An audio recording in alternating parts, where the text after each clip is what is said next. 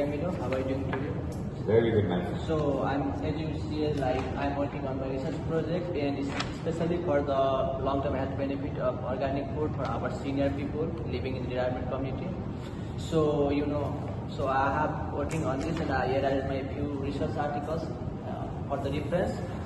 So for the better insight, I want to ask some few questions. I have to gain some knowledge from you, insight from you, and I have made a few questions from my articles, and I want to capture your opinion and make it more insight for my project. Absolutely.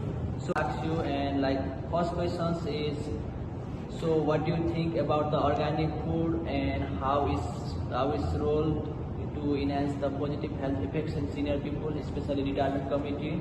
So if you can give an insight about it, it will be great. So for me, Yeah. when you talk about food, you talk about the natural place that it comes from, the earth. Yeah. And what happens is, through processing, we change what the food actually is. So organic food, having no GMOs, no pesticides, no additives, contributes to just keeping the food to the way that it naturally came. So this food, whether it be apples, pears, fruit, vegetables, proteins, all these items, when they're organic, they aren't tampered with. You know, they're as fresh as you can possibly get it. So having those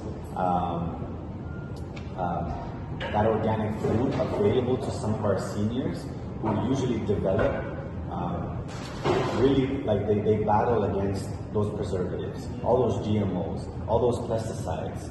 It's not easy to fight, but as young people, we're able to fight it a lot easier. But our elderly and our seniors, as they get older, they have a harder time processing some of these foods. So keeping it organic is what's going to keep them being able to still eat what they want to eat, but not get the side effects of some of the other GMOs and pesticides that you get from non-organic foods. Yeah, that's a great insight, I would say. Is like, so are there any particular organic food, like any vegetable, fruits or dairy that you suggest, or that will have a significant impact on reducing the age-related disease on the people? Definitely our fruits and our vegetables. Yeah. You know, proteins, and when you get into starches, those you can't really do much about. But when you talk about fruits and vegetables, and you talk about organic foods with much less preservatives added to them, increasing the amount of antioxidants that they provide will further enhance the chances of our residents living a healthier lifestyle. So anti-inflammatory, you know, the Alzheimer's, their neurological demeanors, all of those items will be impacted by just enhancing the antioxidants. Okay, that is a great insight.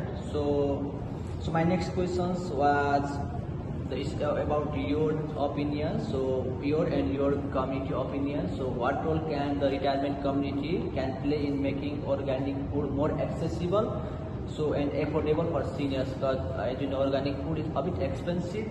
Like what role can you play, or as a committee member, what role you can play to make it more accessible and easier for the seniors? As you are a director of culinary service, can you give me some opinions? What will you display? So for us, you know, we are almost the frontline leaders.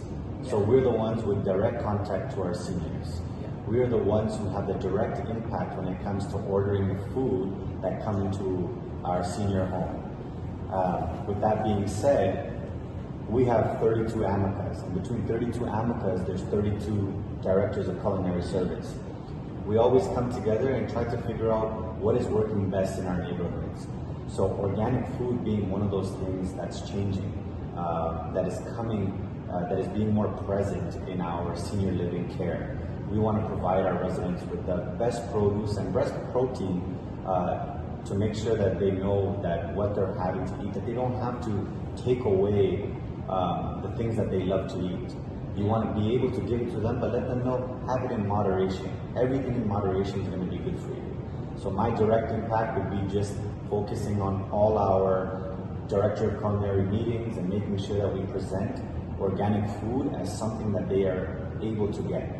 The costs are one thing, but when you get all amicus together, there's nothing that we can do.